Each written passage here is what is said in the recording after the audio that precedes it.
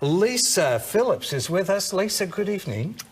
Thank you. Great to have you with us. The author of the book called This Fantastic Confidence Coach.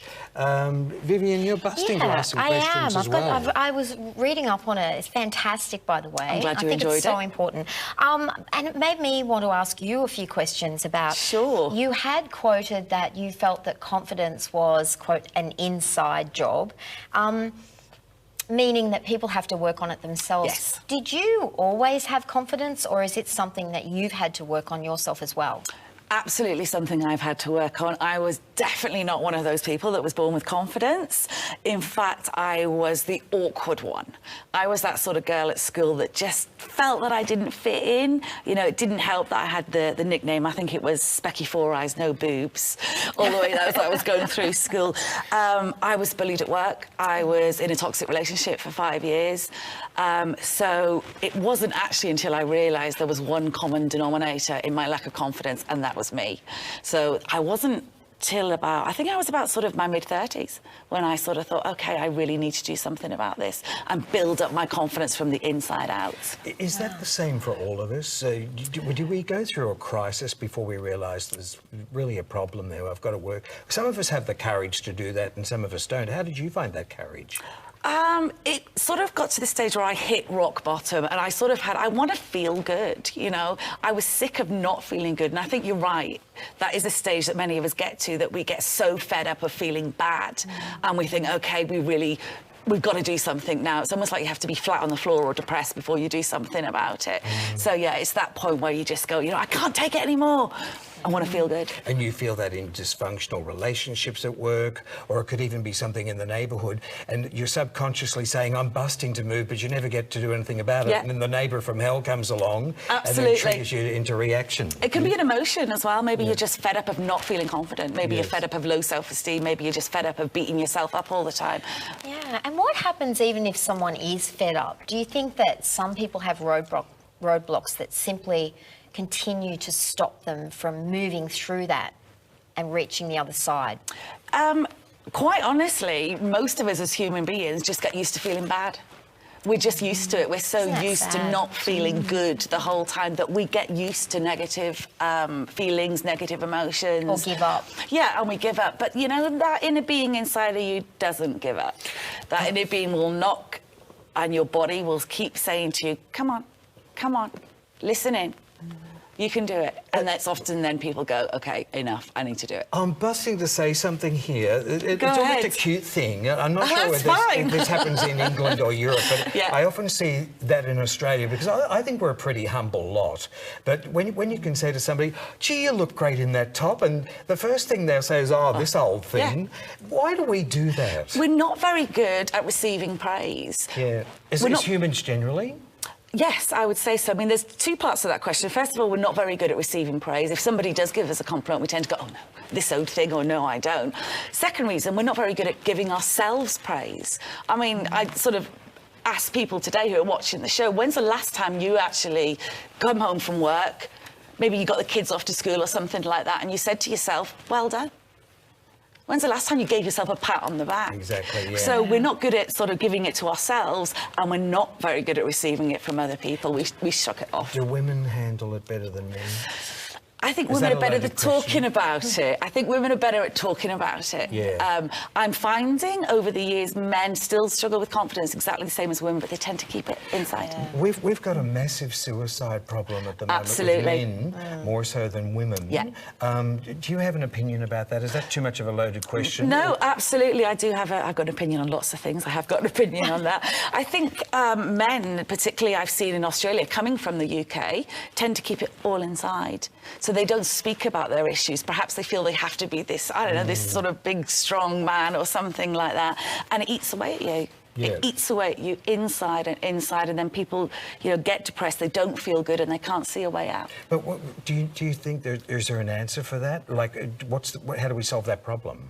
Again, giving people the support, the help that they need, and also I work with a lot of people with depression. It's getting them back to feeling good again. Yes. And that it's they deserve to feel good. Do animals play a part in that? Oh, hugely. Yeah. Absolutely. Now I'm a big cat fan, mad cat lady. Animals are high vibrational. They're one of the best vibrations that you can feel. They're high. You know, if you're down, if you're sad, if you're depressed, stroke a cat. Yes. And what about exercise? Good as well. Yeah. You know, get yourself You're never moving. too old, are you, to get out there and just, you know... No. It might sound a little bit corny, but I'm seeing a few people who are well in their 60s and they look amazing. Fantastic. Yeah. It's all about doing something that makes you feel good, regardless of what it is. I was just at the gym today, and it was the middle of the day. I had a rare day off work, which was great, and I noticed that it was filled with men in their 60s and 70s, and they were fit. Fantastic. Yeah, so just getting back to the men for a minute, I often find sometimes people project confidence when maybe it's the reverse. Absolutely. And, you know, and if people actually, if those men took the initiative to work at finding a way to develop true self-inner confidence, what are the benefits? Oh, it's huge. I mean, not just for men, to be quite honest, for everybody. It's finding that inner confidence, that inner self-belief. It's like a rock inside of you. When you don't have confidence, you're like a feather. You get blown around. Yes. I often say to people, my clients, or when I speak, real confidence makes you feel frisky. It makes you feel alive. It makes you feel high vibrational. It's also infectious, isn't it? Totally infectious. People just love Absolutely. It just makes you feel good about yourself. You're kinder to yourself. You're nicer to yourself. You make better decisions. And you won't put up with anything that doesn't make you feel good. So is confidence about being the life and the soul of the party? Absolutely not. You know, we have this idea. I have people that come to me, I want to be this extrovert. For me, confidence could just be about learning to say no. You know, maybe your friends want you to go out one night and you're so worried that they won't like you. But real confidence is being able to go, no, I'm staying in tonight. Yes. So do you think that people actually feel more confident when they're around more confident people? Probably the opposite. Because we're so good at comparing ourselves, because we're so good at putting ourselves down, we tend to look at other confident people sometimes and we compare ourselves, and then because we all beat ourselves up, we tend to knock our own confidence. So what would you say are the 3 top tips to becoming a confident person? Okay, good question. First of all, praise yourself more. It's so simple. It really is simple. Every time you praise yourself, you give a boost to your confidence muscle. Come out of the bathroom, wash your hands, look in the mirror, say something nice instead of beating yourself up. People say that too. Yes, and just be nice to yourself. It is. Yeah. It can be quite confronting. Yes. Even if it's something small. That's actually really important. You don't have to have run a marathon or done something amazing. Just say to yourself, hey, I got out of bed today. Yes. I'm here. You look in the mirror and you say, I feel good about you today. It might sound a bit funny, but even when you say it, it's a nice thing to say. Yes, it is. It raises your vibration. It makes you feel better. Even if your garden is dying, you can say, palms and trees, look at how good you are in my vegetable garden. I've seen farmers do that. Yes, and it works. Yes, it absolutely works, as long as you plant on a new moon. Yeah, and it's funny that you say that. Most mornings when I get up and I'm dressed and I walk out the door, I go, I got up, I had a shower, I got dressed. Beautiful.